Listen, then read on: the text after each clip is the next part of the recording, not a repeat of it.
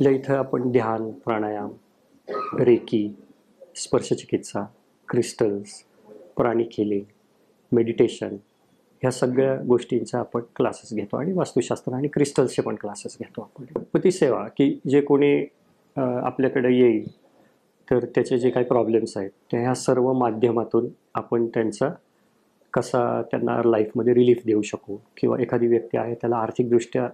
सक्षम नाही आहे, ती नाही काय करू शकत, तर तिला सुद्धा बिनखर्चिक उपाय किती सांगता येऊ शकतात आपल्याला, आणि तिच्या लाईफची एलिव्हेशन कसं करता येईल किंवा तिच्या लाईफला एलिव्हेट कसं करता येईल, ह्या सगळ्या गोष्टींचं आपण हे करतो. किंवा काही खूप सामाजिक संस्था आहेत जिथे कुठली फी न घेता आपण लहान मुलांसाठी मेडिटेशन कोर्सेस आहेत किंवा वृद्धांसाठी ध्यानाचे वर्ग आहेत की जेणेकरून त्यांचा लाईफ बॅलन्स्ड होईल, पॉझिटिव्ह होईल, चांगल्या ट्रॅकवर येऊ शकतं. काउन्सिलिंग आहे आपल्या इथं सगळ्या प्रकारचं, मॅरिशल काउन्सिलिंग आहे किंवा सायकोलॉजिकल काउन्सिलिंग आहे.